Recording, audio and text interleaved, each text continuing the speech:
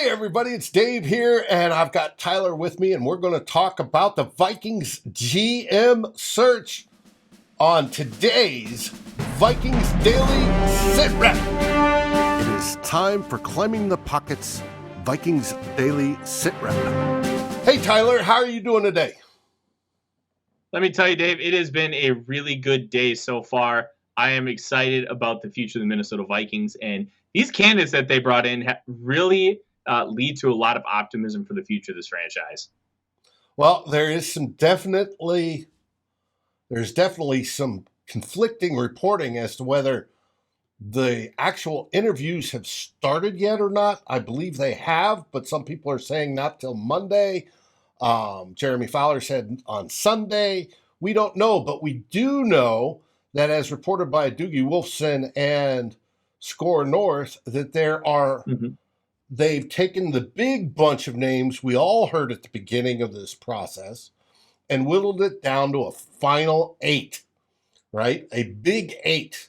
And those names include, in no specific order, Eliot Wolf, front office consultant of the New England Patriots.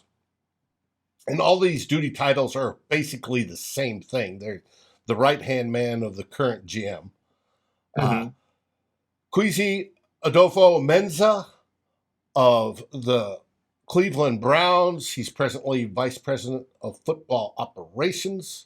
We have Glenn Cook of the Cleveland Browns as well, Vice President of Player Personnel. Brandon Brown, Director of Player Personnel for the Eagles. Monti Ossenfort, Director of Player Personnel of the Tennessee Titans. John Spytek, and that's going to be a fun name to deal with if he's signed, because he sounds literally like, Spytek, John Spytek, 008. We'll find out. He's Vice President of the Player Personnel at Tampa Bay, so there's an obvious connection there to a coach. Ryan Poles, Director of Player Personnel, Kansas City. Also another possible connection to a coach. Catherine Raiche, VP of Football Ops at the Eagles. She's interesting. She's the only female of the group. And if you notice, there's two people from the Browns and 2 people from the Eagles, which makes you go, So let's talk about this group of people. Who do you like that's on that list? I want to start with the one guy who's not on that list, and that is Ed Dodds, the lead scout and the VP of Player Personnel for the Indianapolis Colts. Ed Dodds is one of the most respected scouts and front office members in the entire National Football League. But as we've seen over the past few years, he is incredibly selective on taking one of these jobs, and he is in absolutely no rush. He's in, I believe, his early 40s. He's got plenty of time ahead of him. And let's be honest, fit is sometimes more important than anything when you're taking one of these jobs. So I'm a little surprised that he didn't want this one, considering the stability of the organization, but I don't know the man and I can't speak for him. And it kind of leads me to believe that it just doesn't feel like the right opportunity for him, considering all the other ones he's turned down. And it very well may be. It may be a Peyton-like situation where he waited so long under Spielman, and then finally, after being asked multiple times for interviews, finally took the Broncos job. Could be. Very well could be. The one I'm missing from the list is Will McClay from Dallas. Will McClay, to me, seemed like almost a perfect outside-the-box fit. I'm looking for outside-the-box. GM candidates come in one of 3 flavors. They are either from a scouting background, and they've been doing scouting virtually the whole of their careers, right? They're evaluating talent, whether it be on the pro side or on the college side, they're evaluating talent that way. Then comes the coach side that makes a GM. And there's not as many of those, but there are some. Bill Belichick's probably the best known current one that does his GM duties at New England, even though he has guys that works for him. The other one of recent memory, Mike Holmgren. Mike Holmgren's another one. Yes, very much so. And that comes from the coach side. And Will McClay comes from that coach side of growing up through the system and doing the trade. Now, however, there was reporting that when his name was popped up, Jerry Jones down in Dallas said, you ain't going anywhere. I'm going to pay you more. We're gonna hook you up. Don't worry. So he's going to stay here in Texas and for the Dallas Cowboys.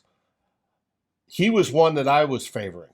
The other one comes from the third bucket, which is the guys that come in with the business side, right? The ones that work contracts, the ones that work the legal side, the ones business, the CEO types that know how to run a business. And we lump into that the analytics guys that are into the new Moneyball for football type of philosophy. How can we make advanced metrics work for us? And that in that group, we have a candidate that's in there, and that's Queasy from the Browns. He very much grew up, went to school at Princeton, Ivy Leaguer, went on to Wall Street, did his thing on Wall Street, but he loved football, so he wanted to get into football, and he started popping around organizations, learning as much as he could. Some of it was scouting, some of it's analytics, and he kept popping around. And he, out of that whole big 8, is my personal favorite because it's an out of the box. It's not the normal. Everybody on this list, except for Queasy right now, on that final 8, all come from the scouting side. I'm wrong. I misspoke there. There is one other nominee that does not come from the scouting side. And do you know who that is? Yeah, it's Catherine Raiche. She was a lawyer in Canada, and she started volunteering. I believe it was with the Toronto Argonauts of the CFL, or was it Winnipeg? It was one of the two. Well, she's been associated with 2 different teams up there. I know the Argonauts was one of them. Okay.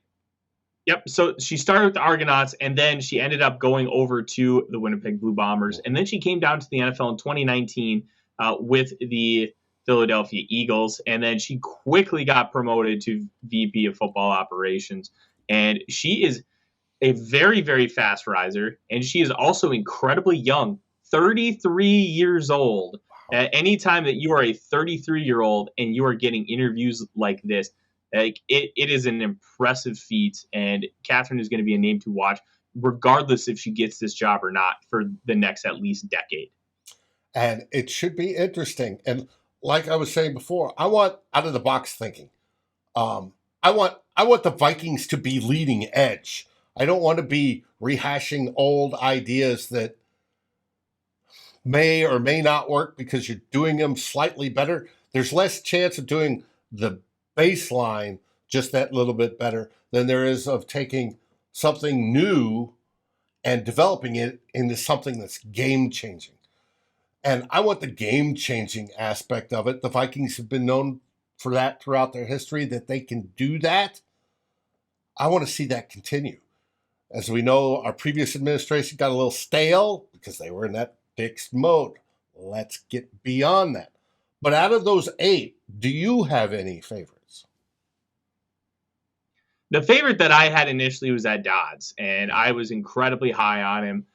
But, with him out of the picture, the 2 that really stand out to me that I think are going to be the top 2 candidates are Kwesi Adofo-Mensah from the Cleveland Browns and Brandon Brown from the Philadelphia Eagles. Now, here's what we do know so far. One, Andrew Miller, the COO of the Minnesota Vikings, is leading this GM search. Where Andrew's background? Analytics. He was with the Cleveland Indians, head of their analytics department for a long time, and he really believes in that method of thinking. He wants to continue to expand the analytics operation with the Minnesota Vikings, and it's no secret that the Eagles and Browns are at the forefront of analytics as far as front offices go, which leads me to my second point. They're also interviewing multiple candidates from both of those organizations, and that tells me 2 things.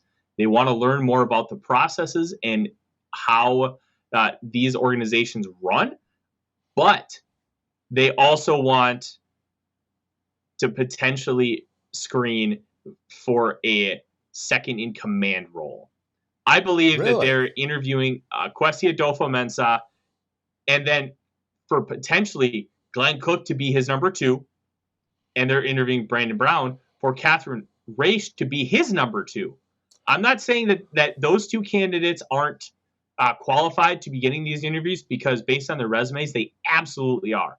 But I think they're trying to use the fact-finding mission and potentially get a coup of 2 of these guys and girls. Well, that would be interesting. But wouldn't it be a lateral move for either one of those people? No, I'm actually about to get to that point right now, Dave, because for Kwesi and Brandon, it would be going from 2 to 1. Cook and Raiche are at highest in their organization's number 3. So if you go to a number 2 role, you're good. You're not actually, it's not a lateral move. You don't need permission to take it. And you can kind of get a little creative with how you phrase the title, because you don't want to go from VP of player personnel to VP of player personnel. That doesn't make a whole lot of sense. Right. But if you go from VP of player personnel to director or assistant general manager, your titles is at that point, it's like ceremonial. Like, you're doing the same job. So I think that's the direction the Vikings are going. They really, really like the organizations, and I think they want to really embrace that way of thinking. I don't believe they're going to be getting rid of Rob Brzezinski or Jamal Stevenson anytime soon. But that could be up to the new GM. But both those people are on the search committee. And I like that Rob Brzezinski's there, because he's bringing the business side of asking questions and appealing to how would you run it on the business. What's your philosophies on cap? What's your philosophies on, when should we get rid of players? Yada, yada. And I think that's very, very good and puts us in a better position moving forward. And I can't see him getting rid of Rob Brzezinski. He's the best cap guy in the league. But we shall see. You are right. We shall see. Well, if we do a twofer, make sure you know, those that are watching, you heard it first from Tyler on Climbing the Pockets Vikings Daily SITREP. Tyler, thanks for the great, fantastic speculation and talk of these Big 8 supposed finalists for GM. And we'll find out shortly. And as soon as we know more, we'll be back on air with another Vikings Daily SITREP. Thank you for watching. What do we say, Tyler? Skol Vikings, baby. Skol! Thanks for watching. Like, subscribe, and ring the bell. And if you're listening on your favorite aggregator, make sure you rate us. And always feel free to join the conversation here at Climbing the Pocket. Skol, everybody.